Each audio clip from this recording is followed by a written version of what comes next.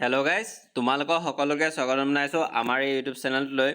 অতি সুখবৰ আহিছে তোমালোকৰ বাবে। যিসকল কেণ্ডিডেটছে DME আছাম ইয়াৰ ৰিজাল্ট মুকলি কৰি দিয়া হৈছে। যিসকলে DME অৰ্থাৎ ডাইৰেক্টৰ অফ মেডিকেল এডুকেশ্যনৰ যিসকল কেণ্ডিডেটছে ইয়াৰ বাবে এক্সাম দিছিলা, যি টেকনিকেল পোষ্টৰ, ইয়াৰ আজি এই টেকনিকেল পোষ্টৰ তোমালোকৰ ৰিজাল্ট মুকলি কৰি দিয়া হ'ল। যিসকল কেণ্ডিডেটছে ৰিজাল্ট চোৱা নাই, তো তোমালোকে যোৱা এতিয়া ৰিজাল্ট চাই লোৱা। তো তোমালোকক এই ভিডিঅ'টো মই ভাল ধৰণে কৈ দিছোঁ। চোৱা, DME আছাম ৰিজাল্ট 2025 চেক কৰিব পাৰিবা। গ্ৰেড 3 টেকনিকেল ৰিটেন যি টেষ্ট আছিলে তাৰ ইতিমধ্যে ৰিজাল্ট মুকলি কৰি দিয়া হ'ল।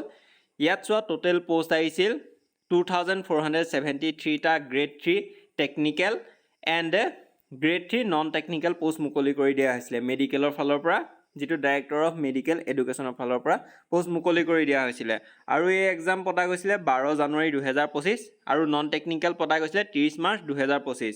ইয়াত দেখিছে। আৰু ৰিটেন এক্সাম হৈছিলে, যিটো অফলাইন মাধ্যমত হৈছিলে। যিসকল কেণ্ডিডেটছে দি আহিছা গম পাইছা এক্সামটো। Name of post grade 3 and grade 4 of post মুকলি কৰা হৈছিলে। আৰু ইয়াত নন অফ পোষ্ট যিহেতু মই ভিডিঅ'টো আৰম্ভণিতে কৈছোঁৱে, 2473টা পোষ্ট মুকলি কৰা হৈছে।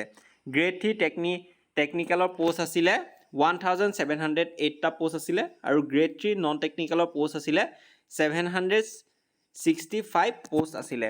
নেম অফ অৰ্গেনাইজেশ্যন যিহেতু মই কৈছোঁৱে, ডাইৰেক্টৰ অফ মেডিকেল এডুকেশ্যন, যাক চমুকৈ কোৱা হয় DME।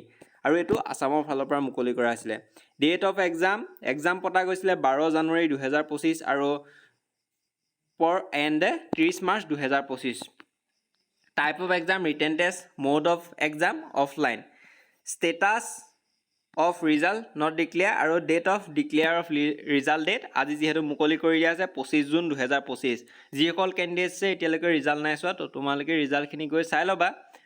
আৰু ইয়াত চোৱা এনেধৰণৰ ইম্পৰ্টেণ্ট যিখিনি আছে, তো তোমালোকে চাই ল'ব পাৰিবা। আৰু যিসকলে নিজৰ ৰিজাল্ট চোৱা নাই এতিয়া, তো তোমালোকে গৈ ৰিজাল্ট চাই ল'বা। আৰু ৰিজাল্ট কেনেকুৱা হ'ল আমাৰ এই ভিডিঅ'ৰ তলৰ কমেণ্ট বক্সত কমেণ্ট কৰি জনাবা যে ৰিজাল্ট কেনেকুৱা হৈছে, কোৱালিফাই কৰিছা নাই কৰা, ভাল ধৰণে জনাই দিবা। তো এইখিনি আছিল আজি অহা DME ফালৰ পৰা অহা কিছু আপডেট। তো ধন্যবাদ।